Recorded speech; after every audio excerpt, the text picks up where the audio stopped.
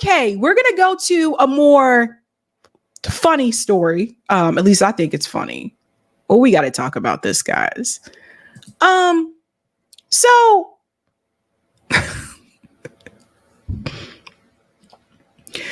sure a lot of you are familiar with Tyler Perry. He's made a lot of movies. Some of them good, some okay. A lot of them recently, meh. But Tyler Perry has managed to become a billionaire from a movie industry.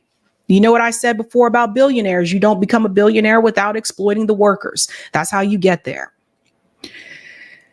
So he is now very angry because he is being criticized.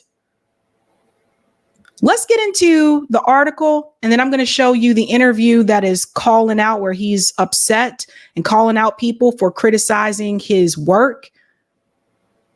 I hope you get ready to laugh. We got a little bit of comedy. I have a reenactment here for you that I think is going to make everybody laugh. But it all started, this article here from Variety, Tyler Perry calls out highbrow critics of his films. Who are you to be able to say which Black story is important? Jesus Christ. So here he is. You know, you can't criticize Tyler Perry apparently. I think this criticism he should have heard a long time ago. Tyler Perry isn't letting the highbrow critics of his movies deter him from sharing stories related to Black communities. And I'll show you what he said in the actual interview. But this is where the criticism is coming from, folks. Perry's latest drama film, Divorce in the Black, starring Meagan Good and Corey Hardick, has been widely panned by critics and even earned a rare 0% on Rotten Tomatoes. However, the film currently holds a 75% audience score. So it stems from Divorce in the Black. And I did watch the movie, so I do feel like I have some things to say. I have some things to say. So first of all, shout out to Meagan Good. Meagan Good is a phenomenal actress. She saved this movie.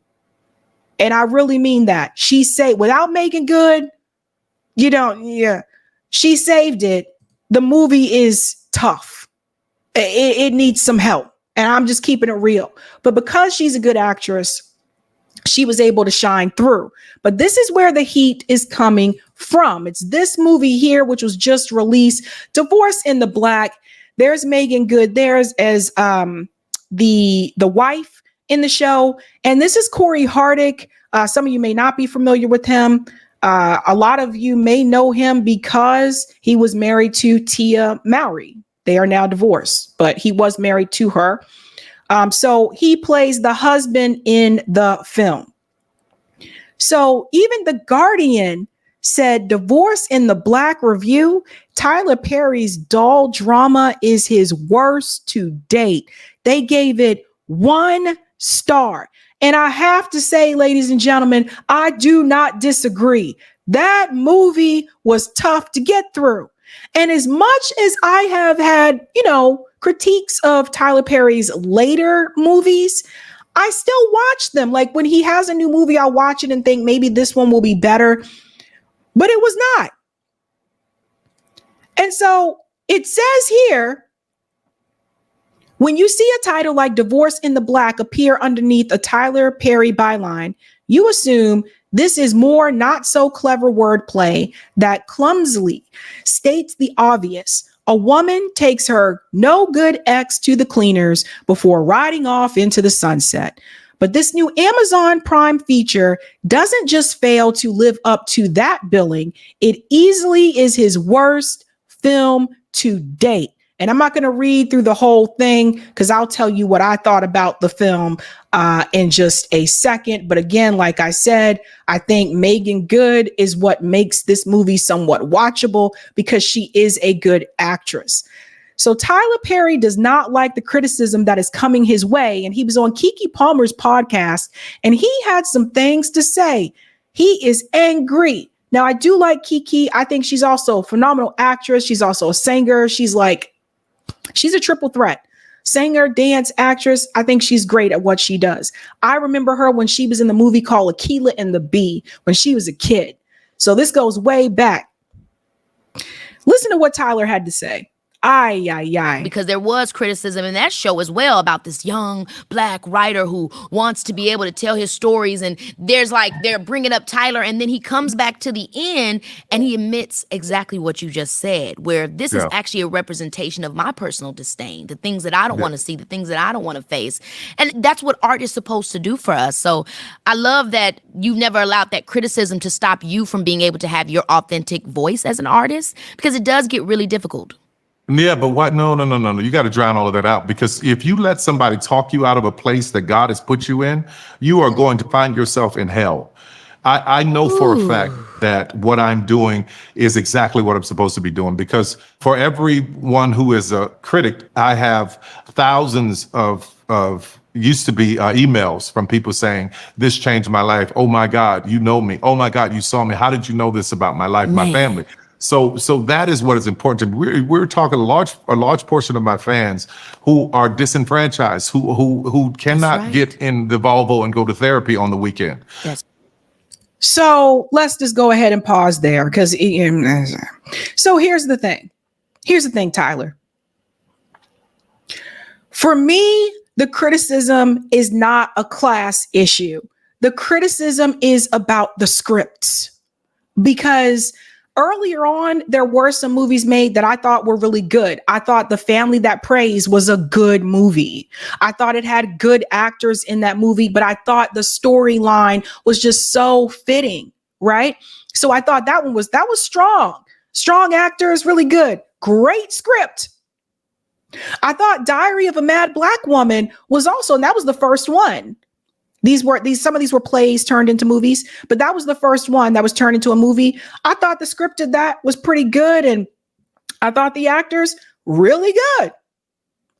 But guys, these are the older movies. These are some of his earlier works. As time went by, I feel like the quality started to decline. Someone mentioned in the chat, Why Did I Get Married? That was a good one too. I thought that was a phenomenal cast. You had Janet Jackson. I mean, you had all these different actors together, and they fit well. They like clicked. There was chemistry there. That was good. Last couple of movies, bud, they haven't been too good. I watched the Mea Culpa. I saw this Divorce in the Black. And again, I don't know who's writing these scripts. I know Tyler Perry was writing at one point, but he said now that he has a team that he's brought in. So I don't know who these writers are. But number one, for me, the complaint is not about you telling stories about people from different class backgrounds. That's not the issue. My problem is the script, it doesn't sound believable. The dialogue that takes place in Mea Culpa and in Divorce in the Black, it doesn't feel real. It doesn't feel believable. There are parts of Divorce in the Black where there's dialogue taking place between Corey Hardick and Megan Good. And I'm just sitting there thinking to myself, like, no one would say this in real life. The dialogue feels forced, or it's like so over the top. It just doesn't feel real and believable. Why Did I Get Married felt believable. The Family That Prays felt believable. These last couple of movies that Tyler Perry has created have not felt believable. So it's the writing. I told you guys, Megan Good, she's what saves the movie. Without her, it's just, no. Let's go on a little bit more. So you've got this highbrow Negro who is all up in the air with his nose up looking at everything. And then you got people like where I come from and me who are grinders, who really know what it's like, whose mothers and were caregivers for white kids and were maids and housekeepers and all of these beauticians that don't discount these people and say that their story don't matter. Who are you to be able to say which Black story is important or should be told? Get out of here with that bullshit. Yes. So it's not about which story should be told. It's the script. And I'm one of those people, I look back and I'm like, and if I see so much talent like in a movie and I'm listening to the script and I'm like, what is this? Like Divorce in the Black, for example, there are several scenes in this movie where I'm like, there's no way in hell this would ever happen in real life. Corey Harddick's character was not believable to me. And this is not to say there aren't men that have, issues with drinking. That's not the problem. The problem is the lines in the script don't seem real. It doesn't seem real. We've talked about this before multiple times. Now here he is calling someone highbrow when he's a billionaire. And yes, I know he grew up with not much. And he said he grinds, right? I hate when people are like, I grew up with poor, but I grind and that's how I got here. No, you exploited some folks. That's how you became a billionaire, Tyler. You exploited some of your workers. Even some of your actresses have spoken out. Taraji P. Henson spoke out against you and the way that you treated the workers. So that's why you and Oprah are billionaires, because you guys exploited some damn folks. Okay? It's not because you grind. Stop that. Stop letting people tell you that they became a billionaire because they worked hard. Hell, if that was the case, everybody that worked hard would have gotten there.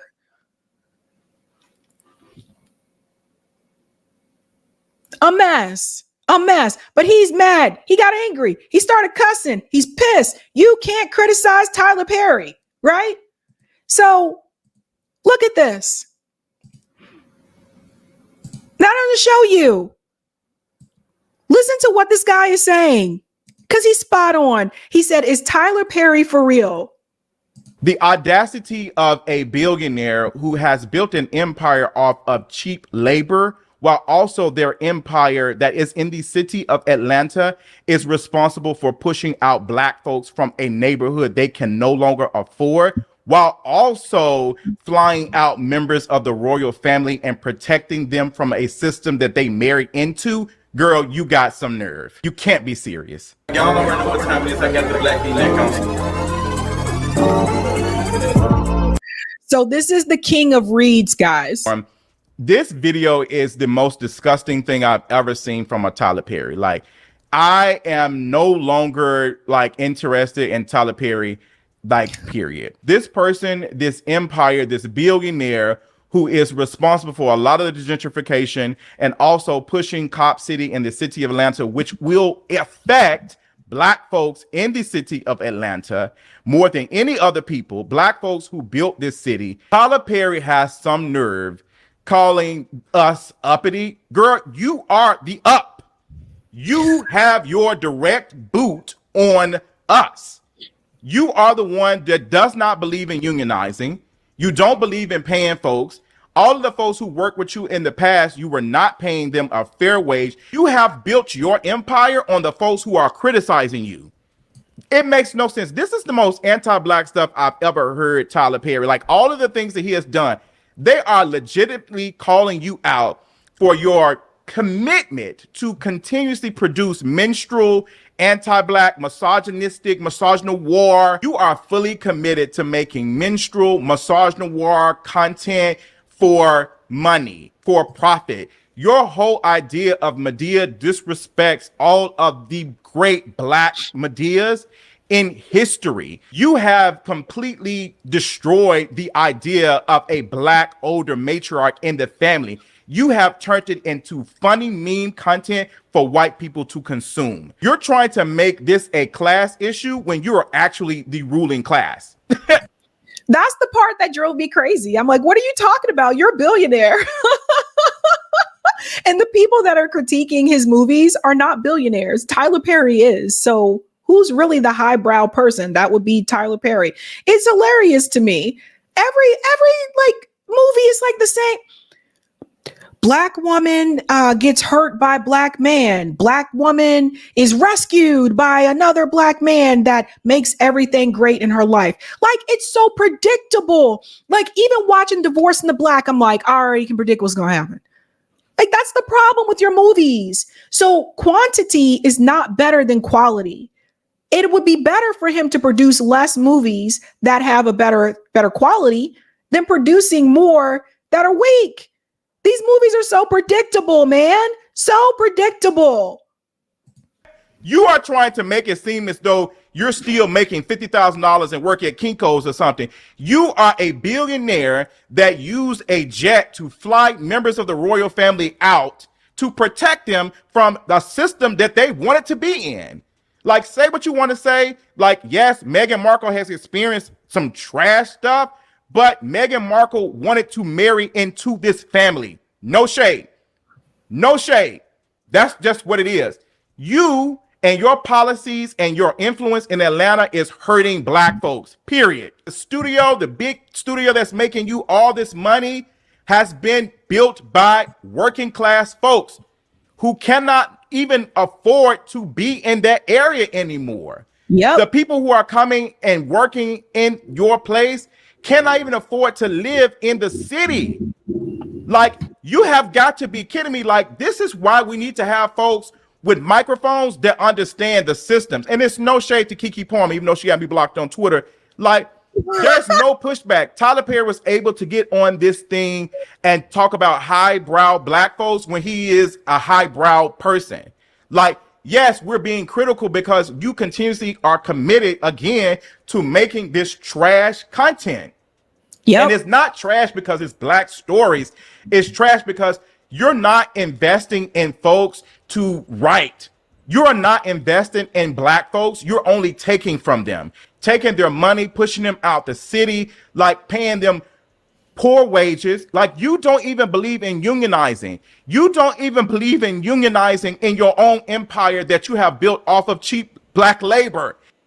What does that say to you, you guys? What does that tell you? He's against unions. He's against unionizing the workers. So whether you like Tyler Perry as, you know, an entertainer or not, nothing takes away from the fact that he's against the workers. And see, a lot of people were upset at Taraji P. Henson, like when she talked about this, but Taraji was right. She was trying to tell people they were using people. People doing phenomenal work, which I think Taraji is definitely underpaid. People doing phenomenal work. And like Tyler Perry sitting back there, he's a billionaire. And you paying the workers, what? Very little. And then you don't want them to unionize. So Tyler Perry is not pro-labor. That's a problem, fam. Ay, ay, ay. You cannot be serious. We are the working class. People who are criticizing you are not billionaires. They are working class folks. Even if they do make $100,000, $200,000 a year, they are not in the same tax bracket as you. How are you going to sit up here and call us highbrow when the criticism has been legitimate? You and your idea of like content is like anti-black stuff wrapped up in comedy made for white folks. Like, girl, are you serious? You're trying to say that this specific audience enjoy this content, enjoy these things. There's nothing wrong with us laughing and enjoying specific type of content, but your stuff is minstrel show. Like, people were laughing at blackface until they realized what it was. Like, the stuff that you're doing, a lot of the stories that you have told, you're talking about some, oh, people talk about how much I moved them and I sent them emails and da-da-da. Girl, people send emails to Santa Claus. That don't mean something is happening. People send emails to politicians that are not going to do anything for them. Yep. This is no different. You're not making them think. You're not using your influence to make things better. You're making specific type of content that could be better with writers. Invest in better writers. Like, you don't want to do that. You are selfish, which is why your name is on every movie or show that you have created, because it's not the writing. It's not that it's good. It's your name. People are still stuck on those rinky-dink plays that you did in the early 2000s. Yes, we laughed. There's nostalgia in that for a lot of us. We remember the folks in these plays making us laugh. It wasn't you. It was the black folks that were talented in their singing and their acting and being able to bring something on stage for us to enjoy. It was not you. You are not the thing that made this. It was everybody else. You are. Everybody else. If you don't follow him, follow King of Reads. He does video essays. He's really good at this, but it was everybody else. It was all the other people that were in these movies. It was Megan Good. It was Janet Jackson, right? It was, I forget the other, Jill Scott. It was all these people, the talent, very talented people, which again, according to Taraji, she tried to warn people, you didn't really want to pay people what they were worth. That's a whole other topic, but you see what I mean? So the reality is too, that I want to point out, it's over the top. There's different scenes in these movies that are exaggerated. So someone made fun of one. So I hope you guys are ready to laugh. Divorce in the Black, which I just watched. Somebody did this, and I'm going to give you an award for this one. Tyler Perry seeing videos like this on TikTok, and that's probably why he's reacting, because this has me weak. They are making fun of the grocery store scene in Divorce in the Black. Watch this. It's funny.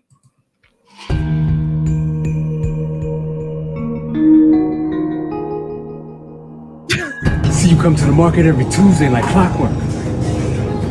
You not gonna say anything? No, actually I'm not. Kinda like a bitch like your daughter.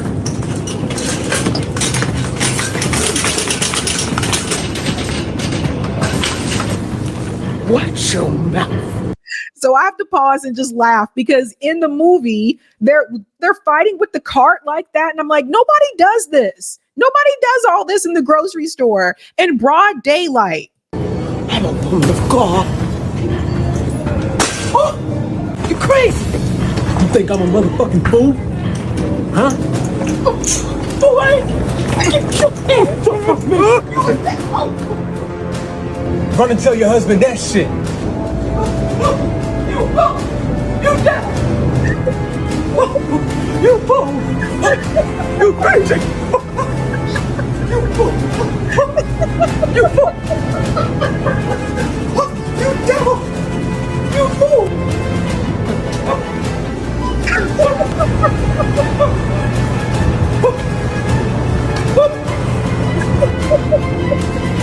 And what the fuck you looking at?